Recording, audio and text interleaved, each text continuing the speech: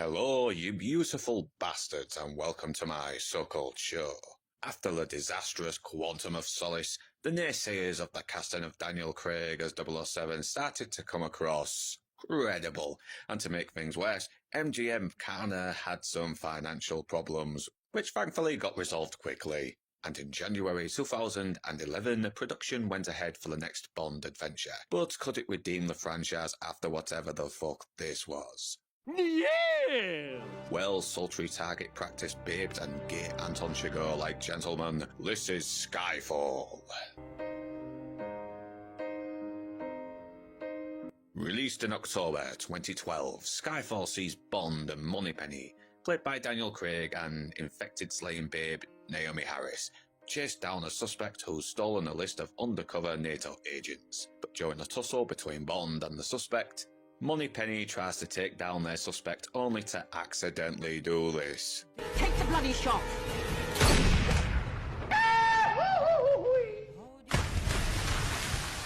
What a 42-carat plonker you really are! 3 months later, M is facing scrutiny for things going tits up, and to make things worse, an unknown enemy sends her a taunting message before blowing up MI6. Luckily, a ghost from the past, 3 months, shows up. 007 reporting for duty.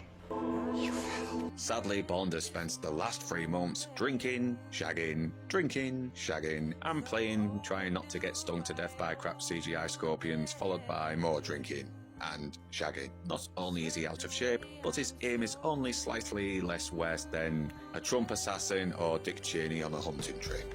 So now Bond has to track down and stop the mysterious enemy who is out for revenge against M for her betrayal. Remember when Cartman came face to face with the funniest thing he ever saw, rendering him unable to laugh at anything again because anything that came later failed to make him laugh because they could never top, well, ass faces? Well, after I finished seeing this at the cinema, I came out thinking, you know what, I will never enjoy another Bond movie that comes out after. And sadly, the next two only proved me right, but we'll get to them soon.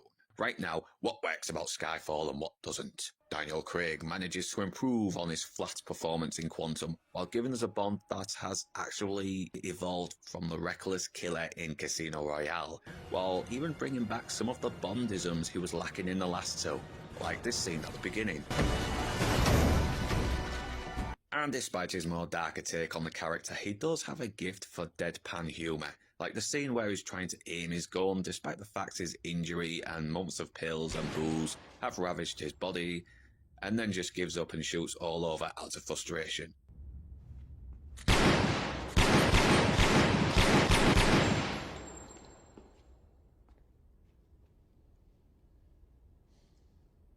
And it's all done without him saying a word or witty one-liner.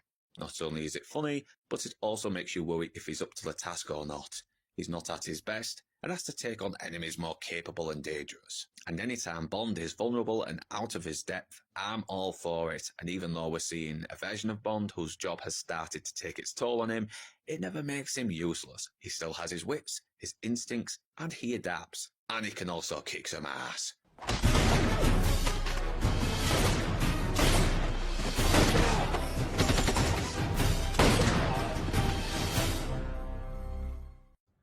We also get a new Q in Ben Whishaw, and while I prefer the more older, put-upon businessman, I like the fact he's younger, a little new, yet still knows what he's doing, and it does add a new dynamic to the chalk and cheese pair.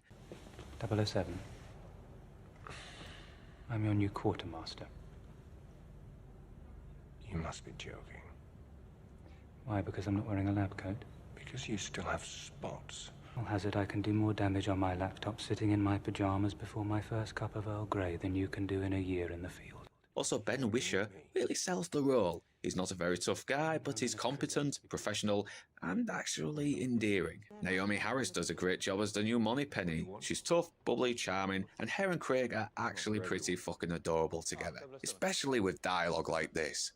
In your defense, a moving target is much harder to hit. Then you better keep moving.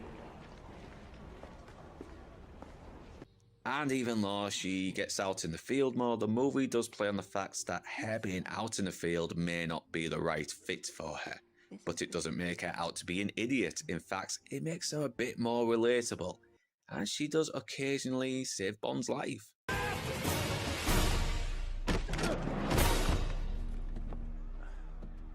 Which doesn't mean we need a Moneypenny spin-off Amazon, but it's the relationship between Bond and M that makes the heart of this movie, highlighting the differences between the two while also adding more layers to their relationship, hinting at some kind of surrogate mother, semi-professional one, kind of.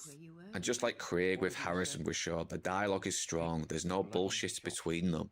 Judi Dench had great chemistry with Brosnan during his tenure, and she has great chemistry with Craig here. I could watch these two give each other shit for hours. There's a blunt charm to their relationship. It's not very comfortable, is it?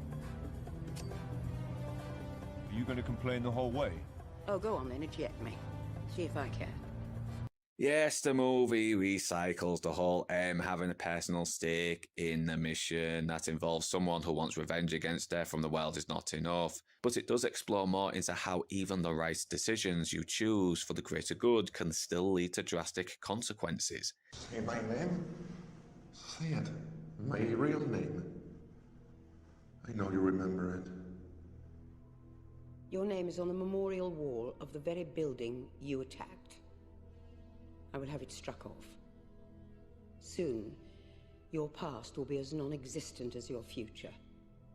In fact, you could say this is a more M-centric movie, but yet it still works. This was Judi Dench's final performance as M, and man, it delivers a great emotional farewell to this version of the character. She ends her tenure on a very emotional high that felt earned. I did get one thing right.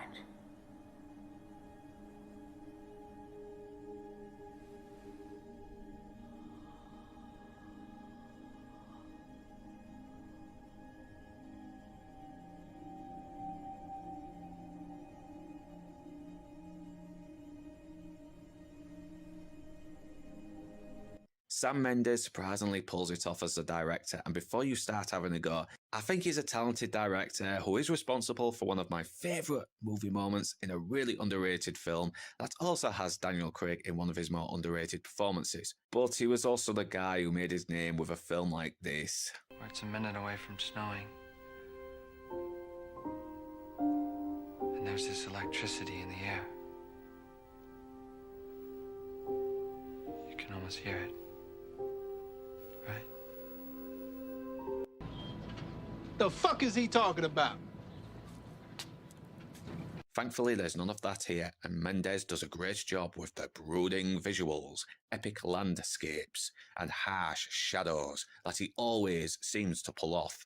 And out of all of the shots in this movie, this might be my favourite.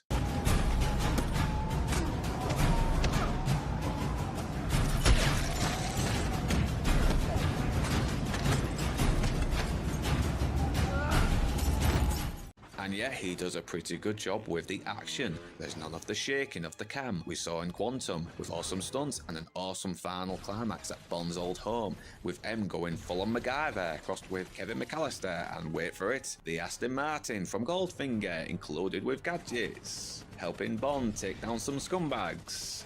Okay, it was the gadgets we already saw, but good God, it was cool to see a hint of the fun Bond again. Albert Finney makes a cameo, and damn does he make his short screen time work. And like all great ladies, she still has her secret ways. Within seconds, he sells the history he has with Bond. So who is it we're supposed to be fighting? No we in it, Kincaid. This is not your fight. Try and stop me, you jumped-up little shit. Javier Bardem stars as villain Raul Silva, and man does he improve over Green, who was just, As soon as he's introduced, you know this guy means business. It's one shot of him in the distance. You can barely make him out. But as he walks closer to the camera, he delivers this dark monologue on how he and his grandma rid their island of a rat infestation by forcing them to cannibalize each other. Every word he utters is chilling and feels like something Fleming would have written. But now they don't eat coconut anymore. Now they only eat rat. Usually when a villain tells his backstory, it feels like a cheap exposition dump, and here it makes sense as he's using it to manipulate Bond into turning against M. Bad M steals every fucking scene he's in. He's phony, flamboyant, very touchy-feely, but also dangerously unhinged and clever. He sells the portrayal to make you understand why he's doing what he's doing. And man, he's just fun. I just love how he just doesn't give a fuck how insane he is. It's like Anton Chigurh would look like if he actually enjoyed being a larger-than-life psychopath. Christ, he shows up in a helicopter, gunning Bond's mansion while Boom Boom plays. He almost makes me want to go out and be a Bond villain. And not only that, he fucking wins. He sets out to do what he had to do, humiliate M. What can I say? He's fun, scary, and devilishly charismatic. As for the title theme, well, Adele's Skyfall might be the best Bond title theme since GoldenEye. Yeah, it's a little melancholy, but there's still a real brooding, enigmatic feel to it. And the title sequence itself does add some clever foreshadowing without giving anything away. Rafe Fiennes does a good job as the stern Mallory, who starts off hinting he may be the final twist villain, but ends up showing to be a very likeable ally. Berenice Beryl felt a little wasted, and also this movie did set the benchmark for the tone that would somehow give Broccoli and Wilson the idea of making Bond more straightforward connected movies, which would make me yearn more for the days when James Bond was just a guy doing his job, with each movie just being an assignment. A guy sets out on his assignment, achieves it, moves on to the next one. Apart from Diamonds Are Forever ignoring On Her Majesty's Secret Service, we were well and truly robbed there. And despite my praises on the movie taking chances and trying to flesh out Bond, it kind of felt like it was starting to rob the character of his mystique, delving more into his past, which works in the books but would start to become tiresome as the franchise entered its final entrance. But despite its faults, Skyfall managed to bring back a little bit of that sense of adventure that was lacking in Casino Royale, while also keeping Bond grounded enough to still be believable. The story is well written, the dialogue is witty, the movie added a fresh take on the familiar characters while still remaining faithful to them. The stakes felt high, it was funny, heartbreaking, and while it was still trying to imitate Jason Bourne a little, Skyfall still deserves the rating Sky High.